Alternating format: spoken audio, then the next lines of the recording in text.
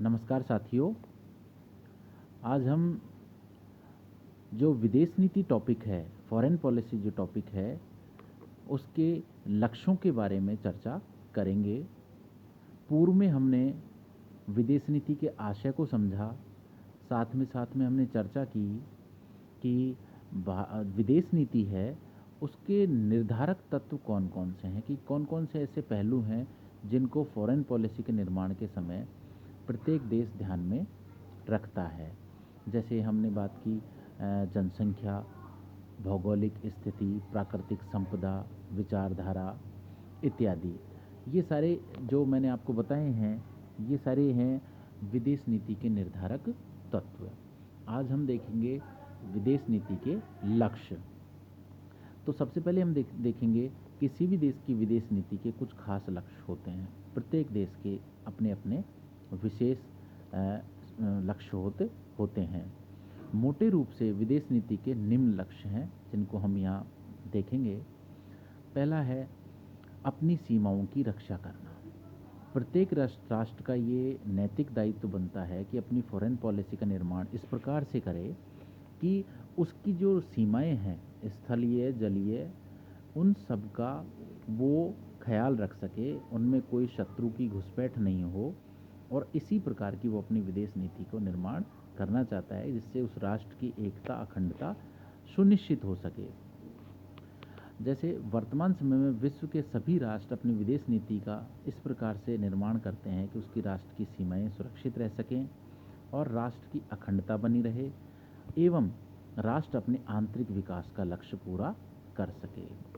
अगला है विश्व शांति और सुरक्षा की स्थापना। देखिए, जब से हमने प्रथम विश्व युद्ध और द्वितीय विश्व युद्ध की त्रासदियां झेली हैं, उसके बाद से प्रत्येक देश ये सोचने लगा है कि युद्ध अत्यंत आवश्यक या अनिवार्य नहीं हो तब तक युद्ध ना हो तो बेहतर है। तो उसके लिए प्रत्येक देश कहीं ना कहीं अपनी फॉरेन पॉलिसी में इस बात को जरूर रखता है कि उसकी विदेश नीति में इस प्रकार के लक्षण दिखाई दें जिससे कि विश्व में शांति और सुरक्षा की स्थापना हो सके। जैसे विश्व के अनेक राष्ट्र विश्व शांति और सुरक्षा के लक्ष्य की प्राप्ति के लिए राष्ट्रों को तनावपूर्ण संबंधों की स्थिति में और संकट के समाधान में मदद करते हैं। अगर दो या दो से अधिक राज्यों के बीच कोई तनावपूर्ण बिंदु है या किसी मसले को लेकर वो लगातार युद्ध की स्थिति में जा रहे हैं, तो अन्य देश बीच में मध्यस्थता करके या वार्ता करके या संधि करवाकर उन सब चीज़ों को सॉल्व आउट या फिर उसका निस्तारण करने का प्रयास करते हैं। क्योंकि प्रत्येक विश्व के समस्त राष्ट्रों की ये इच्छा रहती है कि उनका विकास तभी संभव है जब विश्व में शांति बनी रहेगी, क्योंकि अगर विश्व में अशांति होगी तो वो भी कहीं ना कहीं इससे बच नहीं पाएंगे। तो इसी लक्ष्य की पूर्ति के लिए वो अपनी विदेश नीति में इस चीज़ का ध्यान रखते हैं कि विश्व में शांति और सुरक्षा बनी रहे। अगला है आर्थिक उद्देश्य। फॉरेन पॉलिसी का तीसरा जो प्रमुख उद्देश्य है वो है आर्थिक उद्देश्य, क्योंकि आज का युग है जो आर्थिक युग है। आर्थिक युग में प्रत्येक देश किसी न किसी रूप में एक दूसरे से जुड़ा हुआ है। अगर किसी अपने पड़ोसी देश की इकोनॉमी अगर डाउन हो गई किसी अन्य कारण को लेकर, तो उसका किसी न किसी रूप में प्रत्यक्ष या अप्रत्यक्ष रूप से प्रभाव उस देश पर भी पड़ेगा जिसने वो कृत्य किया ही नहीं।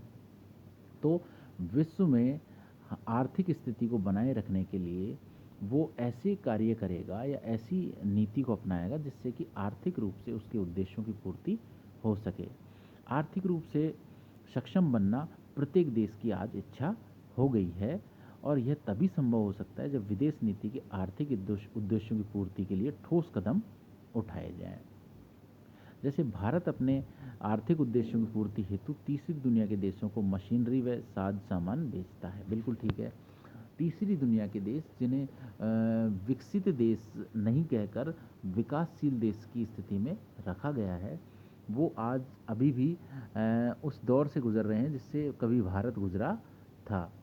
तो भारत क्या करता है, उनके साथ मैत्रीपूर्ण संबंध स्थापित कर कर अपनी जो टेक्नोलॉजीज़ हैं या अपने जो सामान हैं उन्हें बेचता है, जिससे उसके आर्थिक रूप से संबल बना रहे। अगला है वैचारिक उद्देश्य। प्रत्येक देश की एक आइडियोलॉजी होती है और उसी के आधार पर वो अपने कार्यों को संपन्न करता है, और जिस देश की आइडियोलॉजी अन्य देश की आइडियोलॉजी के साथ मैच करती है तो उनके संबंध लंबे समय तक युद्ध की स्थिति से दूर रहकर मैत्रीपूर्ण बने रह सकते हैं।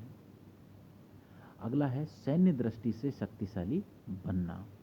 आज प्रत्येक देश चाहे युद्ध नहीं करना चाहे, लेकिन अपने पास उन उपकरणों को आवश्यक रूप से रखना चाहेगा जिनसे कभी अगर उसके ऊपर युद्ध की स्थिति बनती है या उसके साथ युद्ध की स्थिति बनती है तो वो उन उपकरणों का प्रयोग कर सके।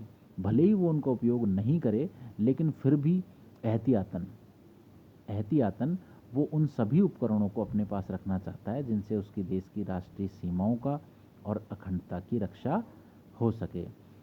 तो प्रत्येक देश अपनी विदेश नीति के निर्धारण में क्या क्या करेगा, उन सैनिक रूप से सैन्य दृष्टि से वो ठोस कदम उठाएगा जिससे कि उसकी सेना हमेशा मजबूत दिखाई दे।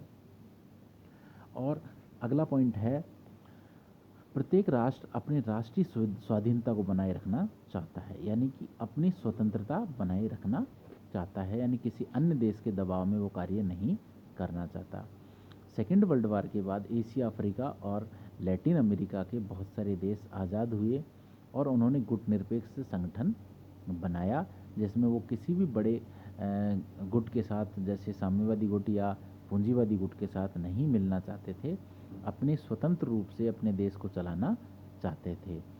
तो यहाँ ये भी एक पॉइंट मुख्य बन जाता है कि विदेश नीति में कि वो क्या करना चाहते हैं, अपने आप को स्वतंत्र रखना चाहते हैं, जिसे राजनीति विज्ञान की भाषा में हम संप्रभुता वाली स्थिति कहते हैं, जिसके आंतरिक और बाह्य मामलों में कोई भी हस्तक्षेप नहीं कर सके। और कई देशों के क्या है, धार्मिक उद्देश्य भी होते हैं, क्योंकि विदेश नीति के निर्धारण में धार्मिक उद्देश्यों का भी ध्यान रखा जाता है। जैसे अधिकांश मुस्लिम देशों की आधारशिला धर्म पर ही रखी रहती है, यानी कि वो ना तो किसी विदेश नीति में इस प्रकार का कोई कार्य नहीं कर पाते जिससे कि उनके धर्म के जो लोग हैं उनको नुकसान पहुँचे या उनकी भावना आहत हो। अगला पॉइंट है, प्रत्येक राष्ट्र की अपनी सभ्यता और संस्कृति होती है और विदेश नीति में अपनी सभ्यता और संस्कृति के प्रसार के लिए कार्य करना अत्यंत आवश्यक होता है, जिससे कि वहाँ की जो जनता है भावनात्मक रूप से उनके साथ जुड़ी रहे। तो धन्यवाद फ्रेंड्स, आज हमने विदेश नीति के लक्ष्यों के बारे में चर्चा की। इससे आगे हम कल चर्चा करेंगे। शुभ रात्रि।